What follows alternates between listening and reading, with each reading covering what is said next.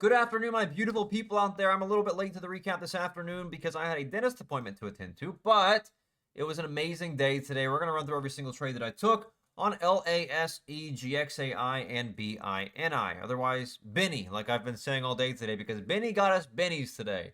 It was a really good day today. We're going to break it all down for you, step by step, how I did, the whole 9 yards. We're going to walk on through it here. Now, I really hope you guys had a good day today. It was much better than yesterday, which obviously we're in the summer market right now, so it's not incredibly hot. But guess what? The opportunity is still there, and there's definitely room for profit. So today was a pretty good day. I want to start by looking at LACE, and we'll go through everything here. And going into the open today, the one thing to note was the opportunities were quite slim. We looked at pre-market this morning, and really pre-market gappers have been pretty unproviding the last few days, to be completely honest with you. Has not been an amazing week in terms, or I guess past couple of days, because Thursday and Friday was nice. But Monday, Tuesday, kind of slow and pre. So that's something that keeps sort of, when you go into the open, you see a lack of opportunity in pre-market. It's going to sort of carry into the open too. But we at least had some really good stuff here like LACE. So going into the open, top few gappers we had were GXAI, LACE, and then we had BINI later, BINI. We also had PRFX, excuse me, which I just didn't like today. Stayed away from that. But LACE, it's one of those things where this thing was picture perfect. Clean setup. Daily was nice. Take a look at this. So what we had happen here, if you look at the daily time frame, as you have to do before doing anything else, we first check the daily. And what you first notice here is the break of the 200 moving average. Now, that 200 moving average is that red line right here. And so you look back at the daily and see, well, where do we have our key levels here on this chart? Well, we had room here back up into past daily highs up towards about 470 and 5. Once you get up through 470 and 5, you then have room back overhead here towards, say, over 560. You have room here to 620 and so on and so forth. Mark up those key levels.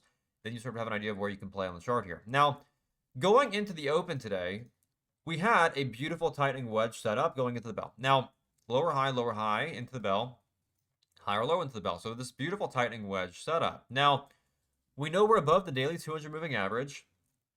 We're breaking out here on the 5-minute. And so at that point, I'm looking for a nice pullback out of market open because this thing's breaking out.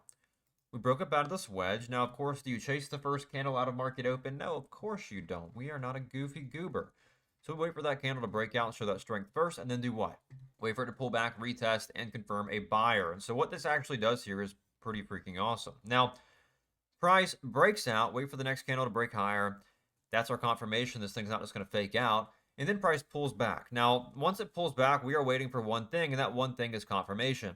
So that candle pulls back and gets bought up off this previous candle's low of 469, and there's your entry criteria. So I took the entry here at 480, risking 469 for the range up through the previous highs. So this is a great way to break the ice. This was the first trade of the day this morning.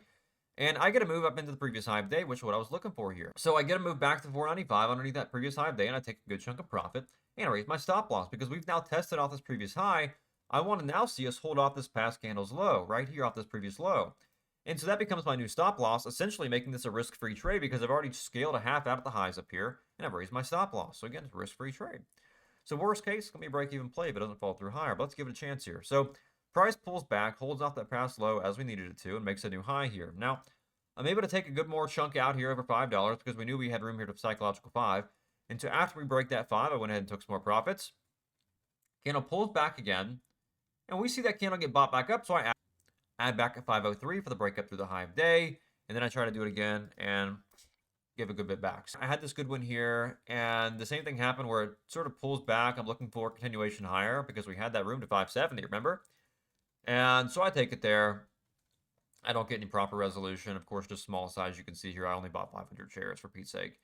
So I was trying to just get a few more dollars tacked on. If we got to move 570, I'm getting an extra 300 bucks out of it. So I was trying to get something there to work, but it's just one of those things. So no resolution there. Ended up having a little bit of profit taken off the top there, but that's fine. Overall, still did really well on it today. Looking over now at BINI. We'll save best for last, by the way, on GXAI. That thing was so good today. But BINI, also not too bad. This, of course, is a penny stock trading in the 50-cent range today, but it was actually really predictable, really opportune. I could not have asked for a better opportunity than this today on a penny stock. So this thing was pretty interesting. You look back in pre-market, and you have sort of a similar setup here to LACE, where you look back in pre-market, we have this sort of descending channel, or really descending wedge going into market open, and we have sellers identified off the highs up here. So I know that all through this range from really, what is this up here, 90 cents? from like 85 cents to 95 cents, you've got sellers overhead off this past area of supply. And so I knew that we had range up to there, right? We had room to that price level. And so that's why I was sort of watching this here rather intently. Now, what this does at market open is pretty interesting. It's something you really got to take a note of is the break of VWAP. So BINI here actually breaks back above VWAP out of market open and confirms well. Take a look at this. Let me get zoom back here. So we break up through VWAP. We have this really nice consolidation prior to the breakout where price consolidates and breaks to the upside. We then use the top of these bodies as your stop loss, as your risk. The reason why is, again, what we have here is these grabs of liquidity. We can expect that the market's going to try and grab liquidity out of that range again before going. And of course, that did happen here, where it pulls back, grabs liquidity out of that range, and then goes. And so again, we're using the top of these bodies rather for risk. Or really, if you want to be specific, the bottom of this candle's body here. So really fruitful opportunities here. Was able to trade this quite well from really 66 cents to, you can see here, about 72 cents. And then came the reentry. So the price pulls back, and take a look at this. So we know we have this past area of liquidity sitting off these highs, and so we can drag this over. And it would take some really nice reentries this way as well. Look at this.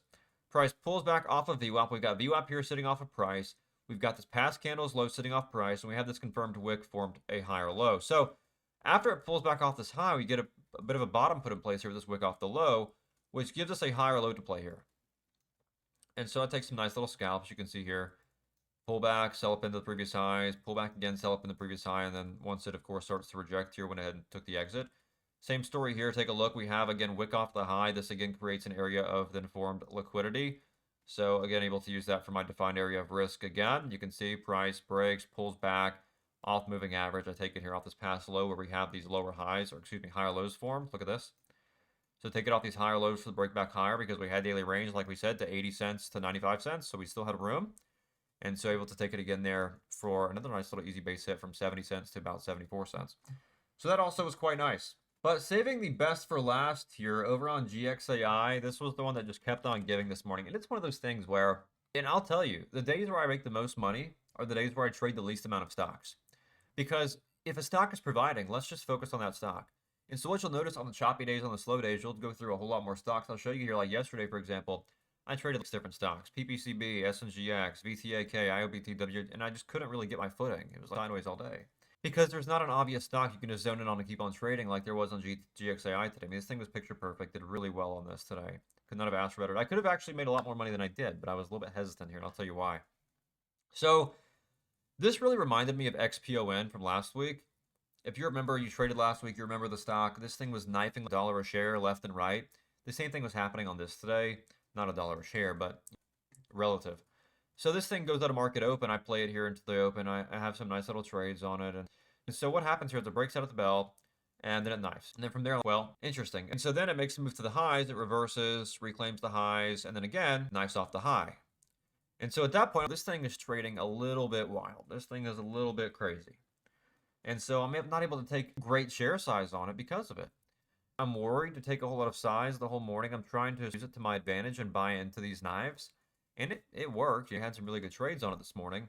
You can see here, I really liked this setup. We had the base over VWAP here. This is VWAP beneath price, where price reclaims, pulls back to try and pivot. We confirm a buyer off these wicks. And I really wanted to like this, and I did like it. I have a small win on this here. But I took it here off of VWAP for the breakup higher. But my concern was this knife off this high. This area of sellers would cause, again, a flunk beneath the previous low.